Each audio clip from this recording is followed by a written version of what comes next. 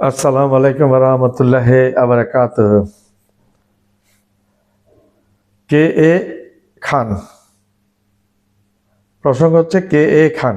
কে এ খান হঠাৎ করে ঢাকা আগমন করলো এবং তিনি আইসিসি আন্তর্জাতিক অর্থাৎ আন্তর্জাতিক অপরাধ ট্রাইব্যুনালের প্রধান কুশলী এবং অত্যন্ত জনপ্রিয় একজন মানুষ। কে এ খান হঠাৎ করে ঢাকা আগমনের বিষয় জানা গেল দুইটি ব্যাপারে উনি ঢাকা আগমন করেছেন, দুইটা ব্যাপার নিয়ে মাথায় নিয়ে। একটি হচ্ছে রোহিঙ্গার ব্যাপার, আর ডক্টর ইউনূস সাহেবের সাথেও মত বিনিময় করবেন উনি। আমরা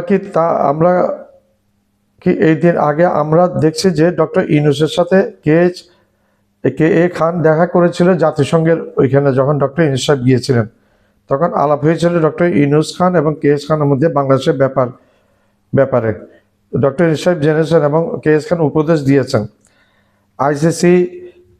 আইসিসি রোহিঙ্গাদের সাথে যে মানবতা বিরোধী অপরাধ হয়েছে সেটার তদন্ত করতে কে এস খান বাংলাদেশে এসছেন এবং আইসিসি প্রধান কৌশলী হচ্ছেন করিম খান। কে এস খান মানে করিম খান, এবং রোহিঙ্গাদের সাথেও কথা বলবেন।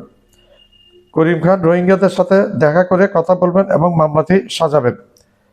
এরপর তিনি ঢাকায় ফিরে ডক্টর ইউনূস সাহেবের সাথে এবং পররাষ্ট্র সচিব সাহেবের সাথে কথা বলবেন।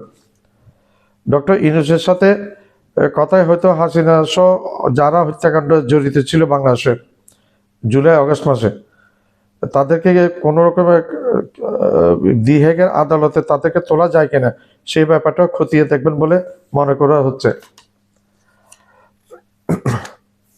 প্রসঙ্গত উল্লেখযোগ্য আরেকটা কথা বলি, ইসরায়েলের প্রধানমন্ত্রী নেতানিয়াহু এবং প্রতিরক্ষা মন্ত্রীর বিরুদ্ধে গ্রেপ্তারি পরোয়ানা জারি করিয়েছেন দি হেগের আদালতে এই কে এস খান।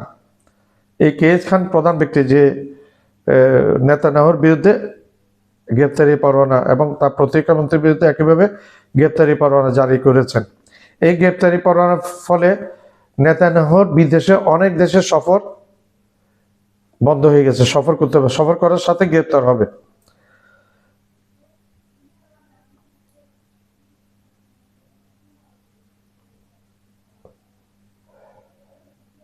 পুতিনের বিরুদ্ধেও গ্রেপ্তারি পরোয়ানা হয়েছে, সেটাও জারি করেছিলেন এই কে এস খান। কে এস খান অত্যন্ত একজন জনপ্রিয় মানুষ এবং কাউকে তোয়াক্কা করেন না উনি। উনি যেটা সত্য সেটাই উনি করে যান, সেটা হচ্ছে ওনার একটা গুণ। ধন্যবাদ।